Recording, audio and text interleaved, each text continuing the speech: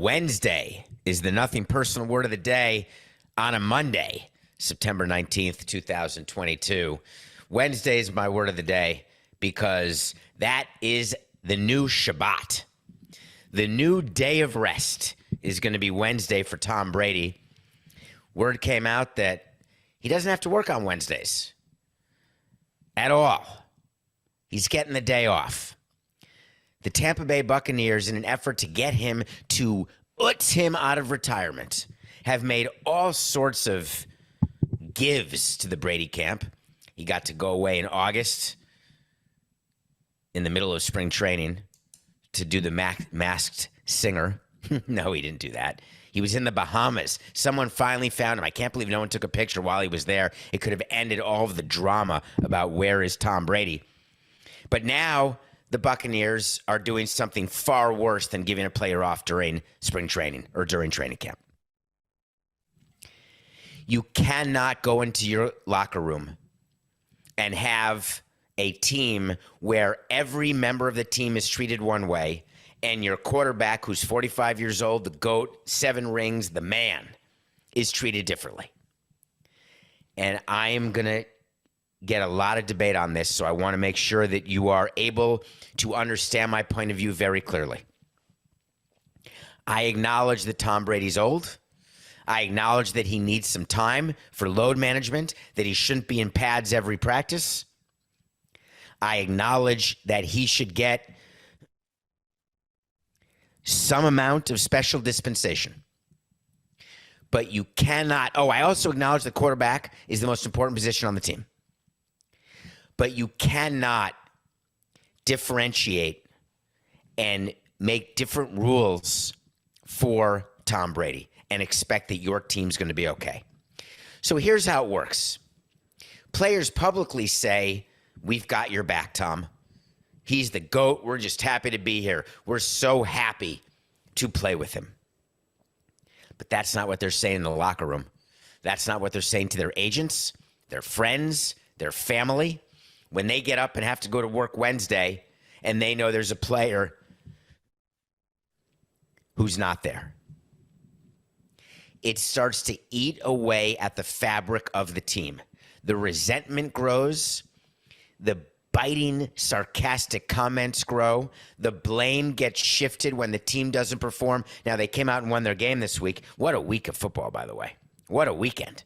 But in any case, so they won their game, so you're going to say everything's good, right? But over the course of a season, this has serious consequences to the makeup of your team. So why does an organization make a decision like that? They make it because they had zero leverage in the re-signing of Tom Brady. In getting Brady back from retirement, they had to give him everything he wanted. It is known what's going on with his personal life, with his professional life. And the fact that the team acquiesced to this desire shows the power of Brady and the power of the player. But picture Wednesday comes along. You have a game. What happens if they play a Saturday game? I haven't looked at their schedule, but let's say they do. Or let's say they have a Monday game. Wednesday's practices are not nothing. They're meaningful, either recap of the game prior or putting the game plan into place for the game next, the game following. Every day of practice in football matters. It's why you can only play once a week. You need your body to recover, and you need to put in a new game plan and then practice that game plan prior to your next game. So I guess the backup quarterback takes reps with the first team for one day a week and then goes back to the second team. Tom Brady walks in on a Thursday saying, "All right, I'm ready, guys. I took my kids to school. I feel good. I put in my family time." I am not saying you choose work over family, however many times I actually did that, all the time. I'm saying that it's our job. Such an unpopular point of view, Coca. That's our job. There are plenty of people whose jobs take them away from their families. Plenty of people do not have the work-family balance. How do you define those people? Above all, through their success, through their money, through their jewelry, through their drive, dedication, devotion. There are no scenarios under which any player can have different treatment. Barry Bonds used to have his own chair in the clubhouse. He had a reclining chair in the clubhouse, and his teammates hated it. Hated it. Remember when Roger Clemens was allowed not to travel to road games where he wasn't pitching during the series, didn't have to go? The Yankees had to acquiesce to that. Crushing. It's not like we force people to choose money, fortune, fame, accolades, and jewelry over family. It's not like in our society, this is what we say. Everyone gets to make his, her, their own choice. Tom Brady said, I'm going to play again. Well, you're either playing or you're not playing. Oh, I'm just going to play Sundays. There's no baseball player we'd allow to say, hey, yeah, you can take Sunday off. No problem. But David, Tom Brady's not missing a game. He's just missing a practice. We've never let one player miss a workout, miss a pregame, miss infield, miss BP. It's your job. It's what you get paid to do. I don't really care that his family didn't want him to come back. And now he's got to go hang out with his family Wednesdays and try to make them believe that he's choosing them over football. Obviously, he chose football over you. Get over it. It happens. Infuriating topic. The Buccaneers will not win this year. They are not going to get a ring. You can't get a ring with that divide in the clubhouse that's festering like the ghouls in Ghostbuster 2. A couple other things I need to mention about the football week. One of the things that in baseball, here's the comparison of what happened to the Ravens, what the Dolphins did to the Ravens, what the Jets did to the Browns, what the Cardinals did to the Raiders. It's the equivalent of a blown save. It's when you have a lead going into the ninth inning. Let's say it's more than a run, 2 runs, 3 runs, that's still a save. You're expected to win the game. There's always a chance you're going to lose, but the overwhelming majority of the time, 99% of the time, you're going to win. The 1% hit in 3 different games. And it exemplified to me why I never wanted to run an NFL team. Can you imagine being a Raven or a Brown or a Raider and not being able to erase this game for a week? In baseball, when you have a blown save, you get right back on the horse. You go home, you come back to the ballpark the next day, and you've got a game. There's only like 15 days off in 6 months. You get a game to redeem yourself, to feel better. Now, it means the wins don't last as long, but neither do the losses. And I would always rather be in a position where I can erase losses because they eat at you. And now Lamar Jackson has to stare at his defense for 7 days. Although, Coke, I actually don't know when the next play, but I'm assuming they're a Sunday game. He has to stare at his defense for 7 days. Saying, are you kidding me? It's so fickle, all of the fans of these teams. Everyone who's saying, I don't know if Coke even watched the game. He may have not. I'm sure up to the end of the game, it was, look at Lamar, MVP type of guy, how great he is. Ravens are awesome. Love you, Harbaugh. And then they lose, and what are you saying then? Like, oh, my God, the defense sucks. You don't want to blame it on Lamar, right? You know, if Lamar could play safety, do you think he would? If he could be a defensive back? Maybe that's the way he'd guarantee to win MVP every year. If he could be a two-way player, be an all-pro quarterback, pass for 3,000 yards, rush for 1,000 yards, and have 4 interceptions with 100 tackles. Can you imagine any player going 2 ways? Nobody can do that. Like maybe in college or high school, maybe like in your dreams, or Sports Illustrated can make up a character and baseball can both pitch and hit. It doesn't happen. Nobody can be a top of the rotation starter and a top of the lineup hitter with power. Of course not. That doesn't exist. You'd have to be insane. Okay, what else struck me this weekend? The Cowboys are for sale. They're going to get $29 billion in a sales transaction, and A-Rod is buying them, combining with Jeter to buy the most famous and valuable franchise in the world. It hasn't been public yet, but they're not getting any outside investors. A-Rod and Jeter are putting their money together. They're getting all the money of all their wives, girlfriends, and ex-girlfriends. And they are going to give $29 billion to Jerry Jones. That will be one of the great famous transactions of all time.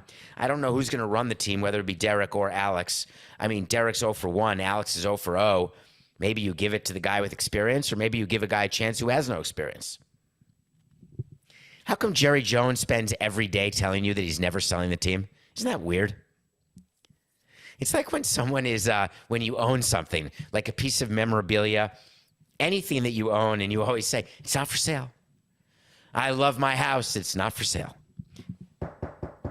Hi, my name is Erwin Fletcher, and I would like to buy your house for $5 million.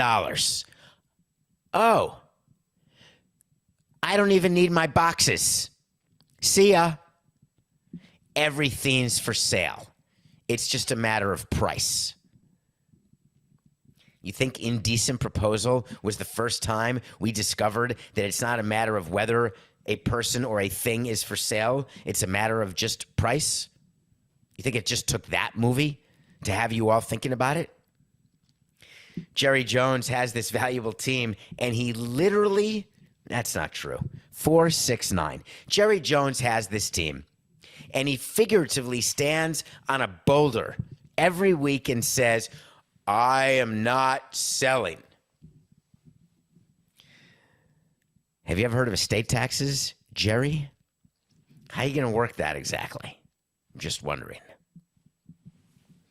I think the more he yells from the top of the boulder, the more likely it is that he would sell the team, even though all he does is tell you, I'm going to die with it. They're going to carry me out horizontally from my office. I always like that expression. People, when they're in their house or in their job and they're so happy, they say, I'm so happy here. This is my last stop. I'm going to be carried out horizontally, which obviously refers to you happening to die in a house and them coming, the coroner coming and taking you out in a casket. All right. Coca. We have so much baseball to get through today. We're going to get to the sunflower seed eating guy because I've never seen anything like it. But first, we've got to So You Want to Talk to Samson. You know what I want? I want to talk to Samson. So You Want to Talk to Samson.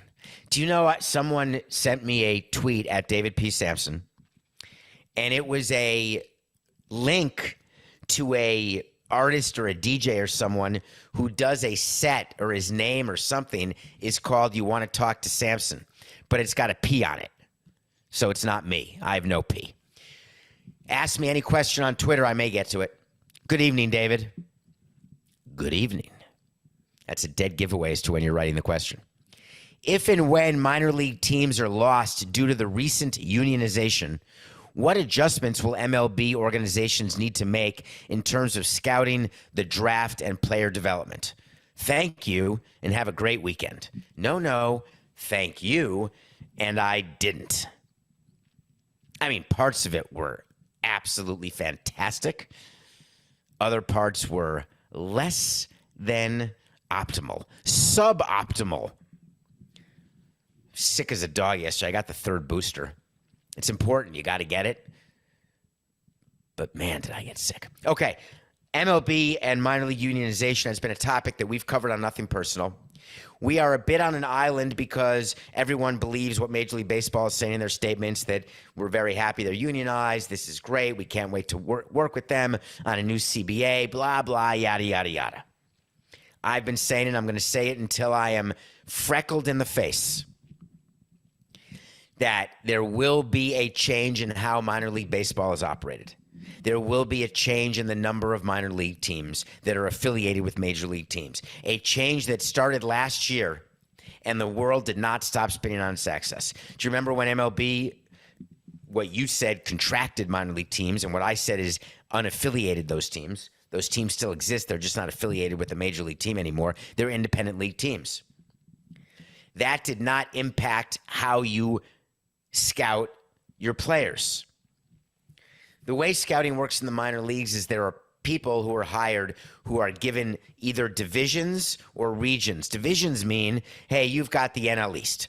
That means you're going to be scouting the Nats and the Braves and the Marlins and the Phillies and the Mets, and you are going to have their system, which means that you're going to go to single A, double A, triple A, and you are going to make sure that you write up every player who's a prospect. So when we have to make a trade with that team, we know who our trade targets are.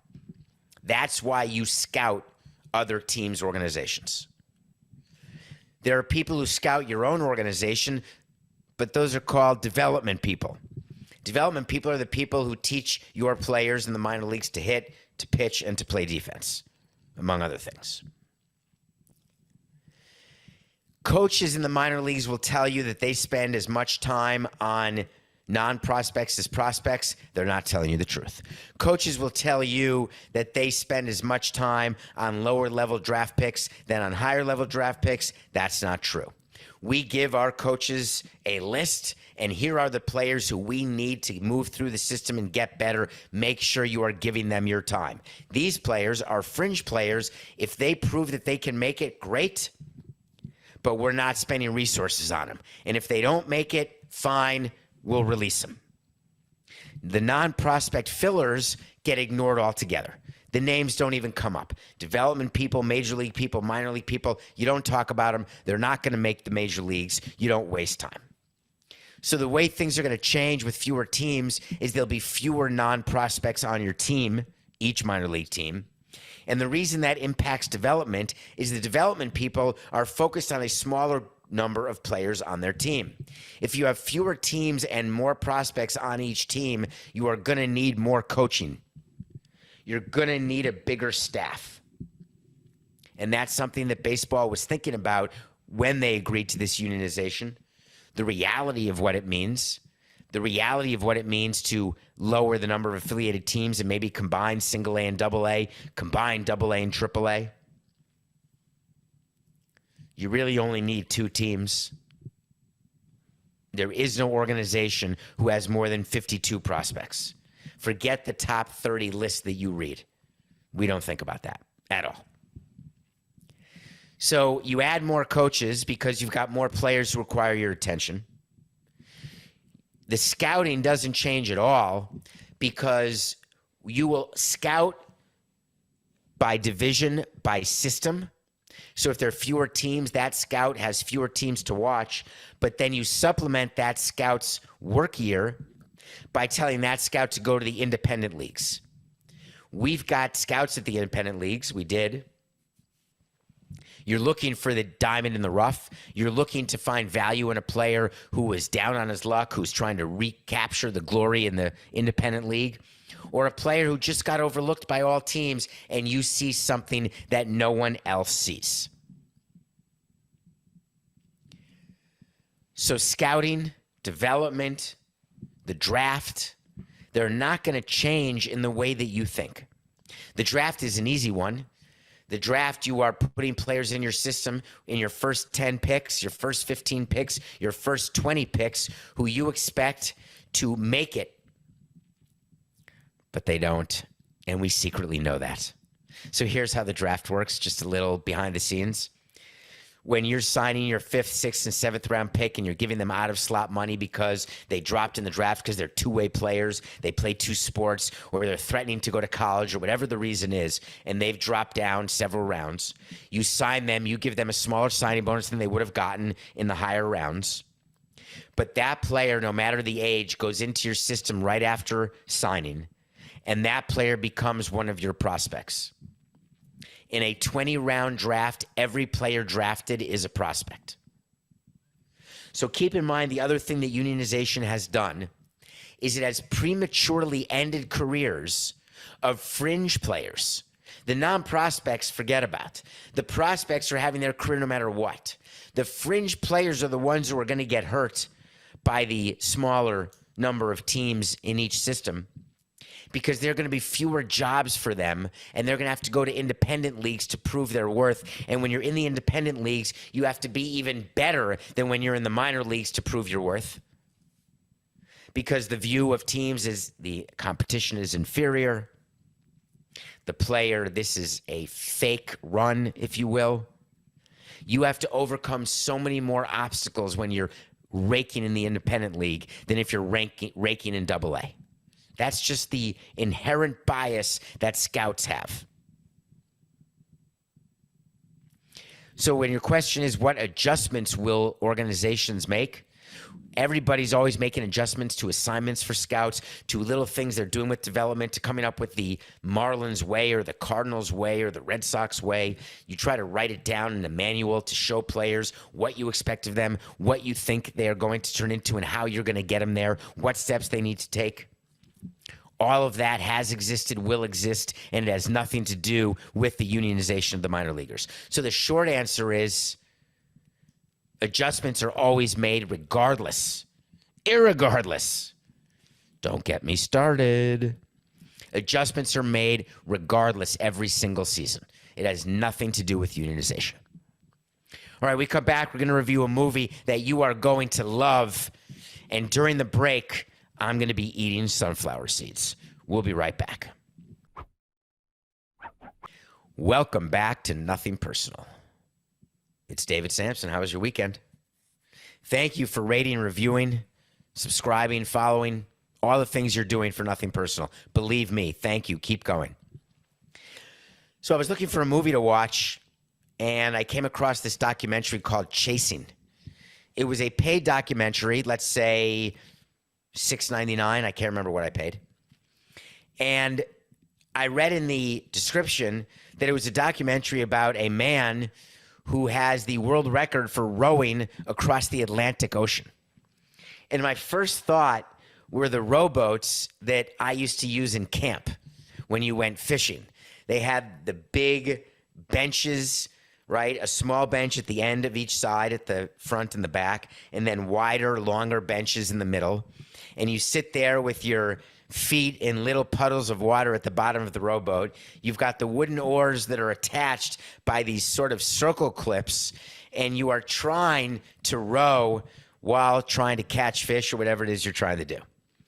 I said to myself, wow, I would not go across the Atlantic in that. So then I turn on this movie called Chasing, and I learned that Jason Caldwell is maybe the most accomplished athlete that who I have come across in my career. This is a man who combined with 4 people in 51 days to row across the Atlantic and was so angry that one of his teammates got sick, one of his teammates quit. So angry that he finished a 4-man race with 2 men but didn't get the world record, so said, you know what, I'm coming back again. And the next year, he had a new team put together. Spoiler alert, they kicked some serious ass. So I'm watching this movie, and I get a first look at the rowboat. It is not a rowboat. It is like a James Bond capsule of amazingness. There's little machines everywhere, not motors, because it's an unmotorized crossing of the Atlantic. There's a little tiny cabin for each man to take 2-hour naps. They row all day, and Lionel Richie, baby, all night long. Non-stop. In storms, no problem. Hey, batten down the hatches. Forget it, we're rowing. The minute I finished this documentary, I said to Coca, please reach out to Jason Caldwell. I want to have him on a Samson sit-down. I want to talk about these endurance events that we all do because he takes it to another level. I wanted to talk about training. I want to talk about what it's like when he's with his family after a race, before a race, the insane sacrifices that you have to make to be great. Guess what Jason Caldwell doesn't get? Wednesdays off. There'll be a sit down with him later this week. I don't know which day, Thursday or Friday. And I would say that you should watch Chasing before you listen to the sit down. The interview will not be a recap of the movie. It's going to be an in-depth conversation about some really cool stuff regarding endurance and how you can trick your brain and body into doing things it did not think possible. Chasing with Jason Caldwell. Check it out. I'll tell you who's chasing right now. How's that for a transition, Mr. Cook? The Pirates are chasing wins the way dogs chase rabbits at the track. They get so close and then the rabbit takes off. When you've got a team that you know is bad, you know is in the middle of rebuilding, you've hired Ben Cherington as your GM, you've hired Derek Shelton as your manager. PNC is not new anymore. The revenue and the attendance for the Pirates is horrific, and it is a vicious circle. I am not going to invest in the team until you invest in us.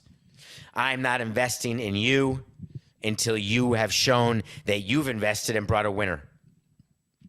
And around you go.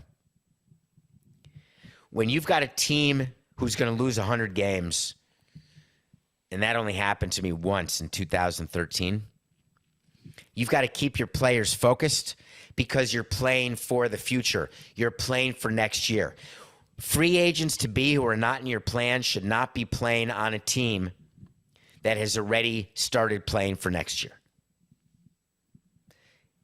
Those games are supposed to be used to develop players at the big league level, to give them a taste of the winning and the losing, of the rhythm of the game.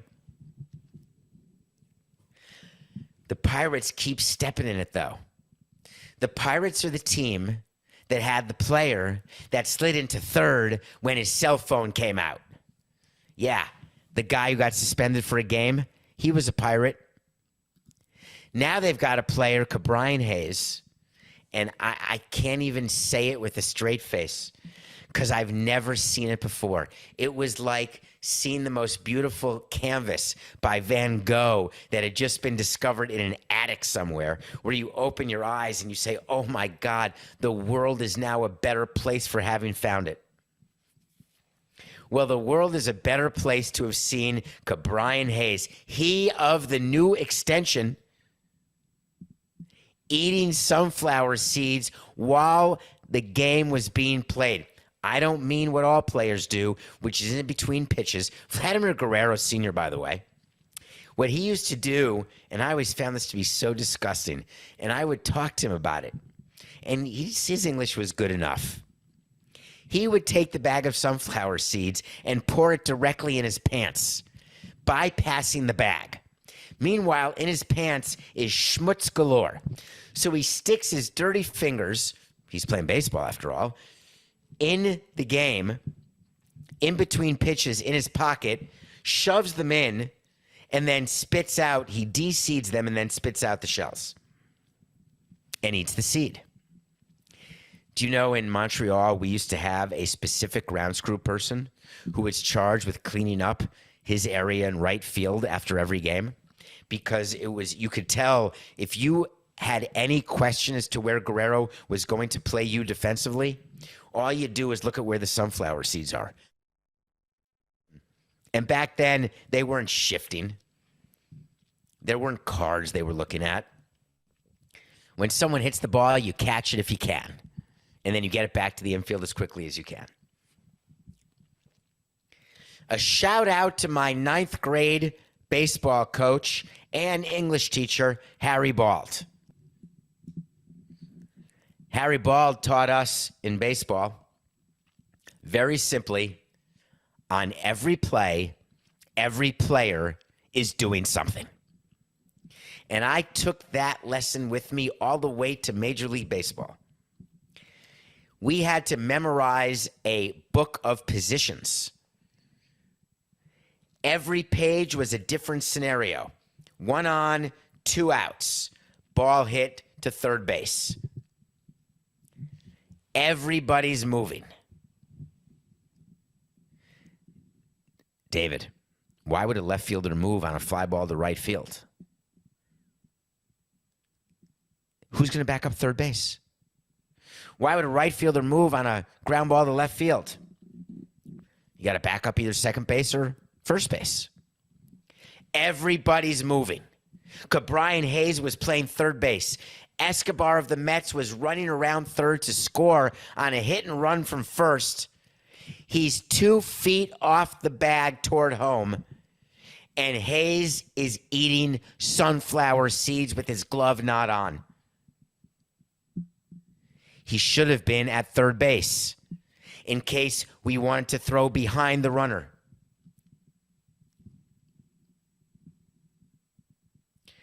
Why am I making this an example right now? I wanted to explain it to you. The Pirates showed you why their organization is struggling when after the Brian Hayes situation, their manager said, the one thing I will share about our conversation is that in that play he should be closer to third base, and we talked about that. If you watch Brian 99% of the time, he's in the right place defensively. This, again, was an outlier play. We talked about where he should have been, and he took ownership of it. Are you kidding me? Derek Shelton, you're fired if I'm the president of the Pirates. That's not either publicly or privately what we're saying about this situation. You don't have to have the back of your player who just signed a $70 million extension, who you're building your team around. You make him an example. I was extremely disappointed that Cabrine was not fully into the play. We don't have many rules in our team, but one of them is that we are focused until the play is over. He has to learn that with money comes responsibility, and it is his responsibility to be a first-class trier. You're always trying. A first-class harder. You're always playing hard. Maybe if we're lucky, a first-class successor, meaning you're good at what you do. Instead, Shelton was so nervous about upsetting Hayes that he said the only issue he had is that he was out of position defensively. That's the least of your issues, Pirates. The least of them. What makes a player think that it's totally fine in the middle of a play to have your head in the stands or to be getting phone number from anybody in the stands or to be eating, drinking, sleeping? You've got a job to do. And this was not a Wednesday game, so Hayes didn't have an off day. Pirates fans are so upset. They're so done with the Pirates. Little nugget to all you people out there in Pittsburgh. Bob Nutting is not selling the team. You might as well get it out of your head. Okay? Are we good? Yeah, I think we are good.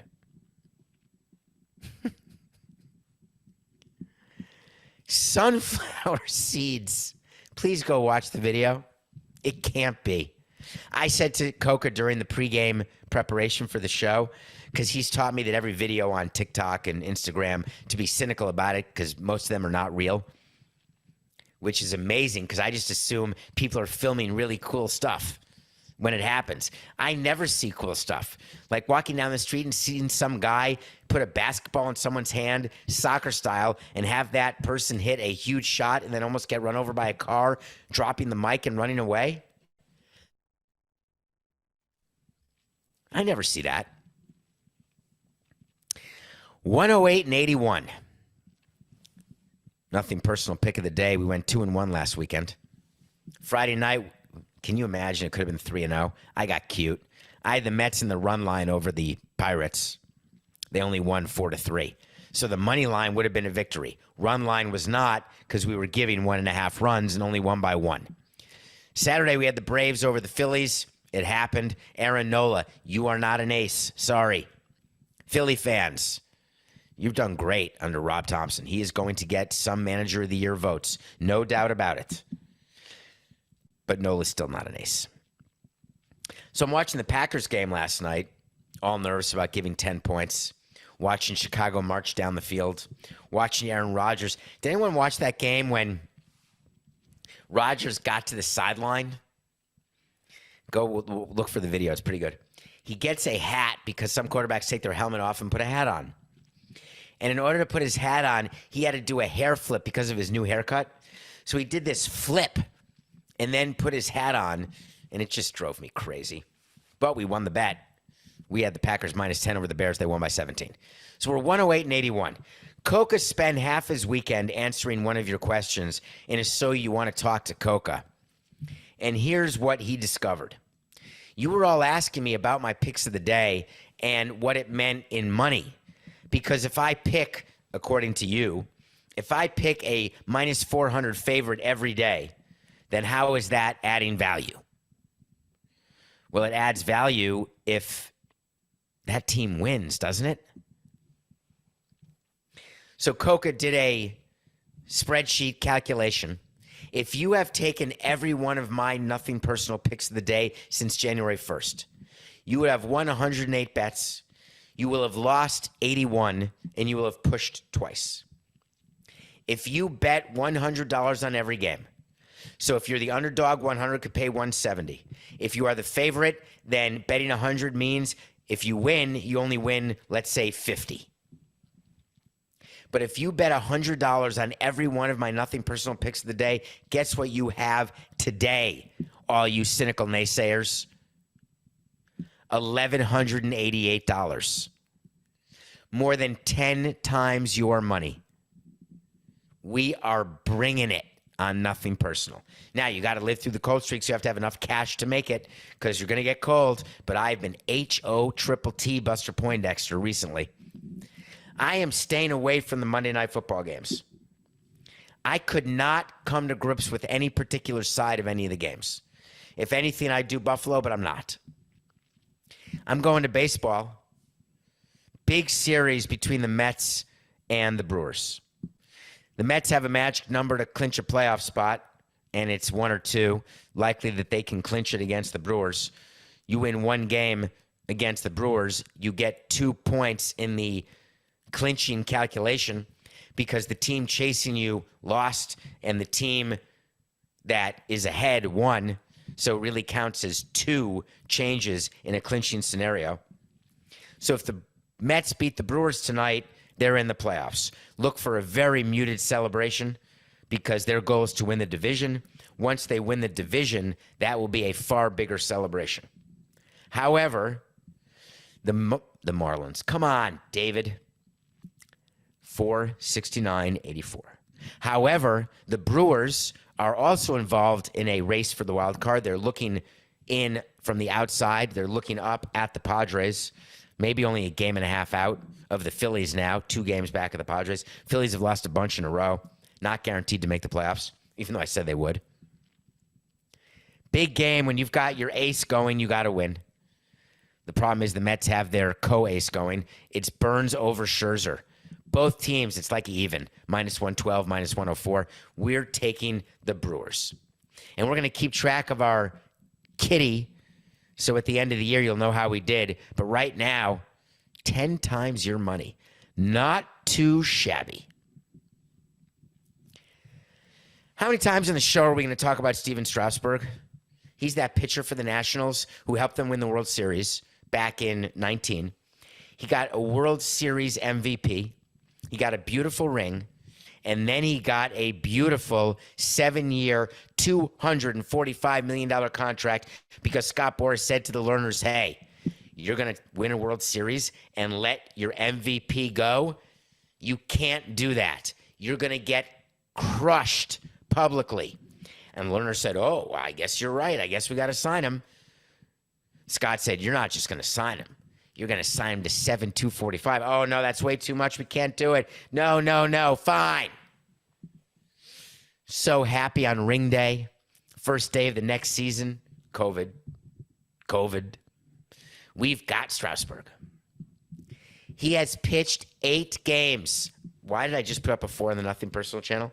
4 times 2 games. That's how many games he started since he signed that deal. This is the 3rd year of his 7-year deal. He's done. And this weekend, he came out and said that it is possible that his career is over. So many of you have reached out and said, does that mean the Nationals save the money? Can they reallocate it?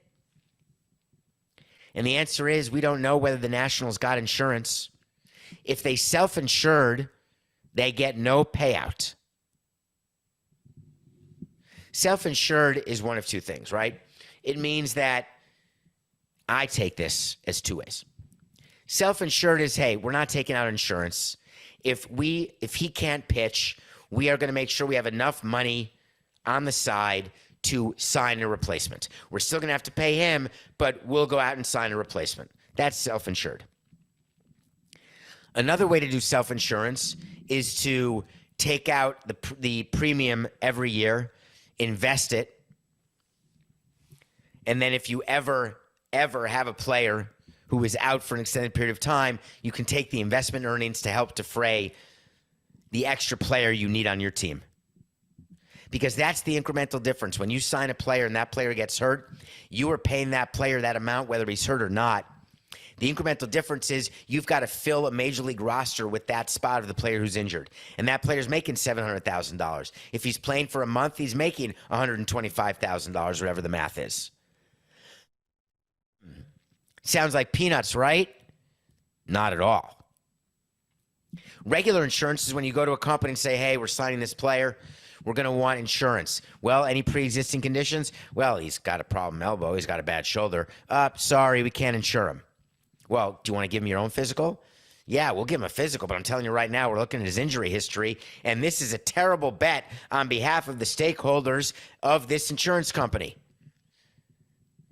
But if you want us to insure him against a leg injury, we're happy to do it. If he misses a year or more of time because he stubs his toe, we are there for you. Just pay me my premium and my vigorish of about $100,000 a year, and we will cover his salary for a stubbed toe. Now, if he's got a shoulder problem, thoracic outlet syndrome surgery, or some sort of elbow issue, good luck. That makes me laugh. Strasburg's career being over is a total nightmare. They got Boras'd. All right. The Nationals are in the news again, not just for Strasburg saying his career's over, but when it rains, it pours, right? Word came out that the Nationals are in danger of losing Nationals Park. Huh? How can that be? The Nationals are a tenant in Nationals Park. That ballpark was built with 100% public money. That ballpark is run by the public. I don't mean the everyday baseball operation or stadium operation, but the rules that govern are government-based. Hey, government. The Washington Nationals, when they got the team and got the new ballpark, there was a promise made, and the promise was the old development promise. We are going to build around this ballpark, and it's going to be awesome. How many times have you heard the promise about the chop shops in New York? Every once in a while, you get the Ballpark Village and other places. But in Washington, D.C., the Nationals, who made a great promise to get public money, shockingly have not stuck to their promise. And they are using the greatest excuse of our lifetime. Say it with me. What is the greatest excuse for not doing that which you are responsible to do financially? 1, 2, 3, COVID. The Nationals are claiming to their local government that, hey, COVID changed everything. We can't develop all this land. There's no office space. Maybe we'll do some retail, convention center, hotel. It's too much. We don't see it working. The price of goods is too high. Supply chain is too tapped. And our revenue is too low. We lost a full year of revenue, therefore we cannot spend extra money. The government said, guess what? You promised. It's in the agreement for all to see. We've got to enforce it. And if you don't develop the land outside Nationals Park, we are going to shut down Nationals Park. What does that really mean? When you first open a ballpark, you get something called the TCO, which is a temporary certificate of occupancy. The reason why it's temporary is there is no stadium that's built in time. There is no ballpark that is built in time to get your permanent certificate of occupancy prior to the first game being held and the first audience gathering being held at that ballpark. That temporary certificate of occupancy is supposed to be held on a short-term basis. The Nats have been playing under a TCO since 2008. And the government finally said it's enough. We are not renewing your TCO. And the only way we're giving you a permanent CO is if you develop and follow the terms of the deal that were agreed to. This comes across the commissioner's desk, and he says, well, this is only going to impact 1 or 2 home games, because by the time they get it together, they set a September 30th deadline. But for the lockout where we had to extend the season, there weren't going to be any games in October, especially for the Nationals this year. But now we have a chance where we'll have to move these home games. So the commissioner's calling up the Lerner family and saying, hey, what are we doing here? And you know what the Lerner family is saying? No problem. Wait to see is when we tell you something's going to happen. If it does, it does. If it doesn't, it doesn't. These governments are threatening to shut down Nationals Park. NGTH. Not going to happen. It's great for a little bit of leverage, but when you're dealing with real estate people who understand the finances of this development, when they say they're not willing to do it, it means it's going to fail. These people didn't become billionaires by failing. They became billionaires by choosing what deals make the most sense with the highest likelihood of success. And if the adjacent parcels to Nationals Park no longer make fiscal sense, guess what? They're not going to do it. There will be no missed national games this year. The government is not going to bring embarrassment onto itself. That's who this would look bad to. The government, not the Nationals. The Nationals are being completely smart in not wanting to start a project that won't finish. Hi, David Tepper, I'm talking about you. They're smart to not start a project where the profitability is not there. It's funny. They walk into a meeting with the government and just say, hey, we're not doing this. It's just business. Sorry, government. It's nothing personal.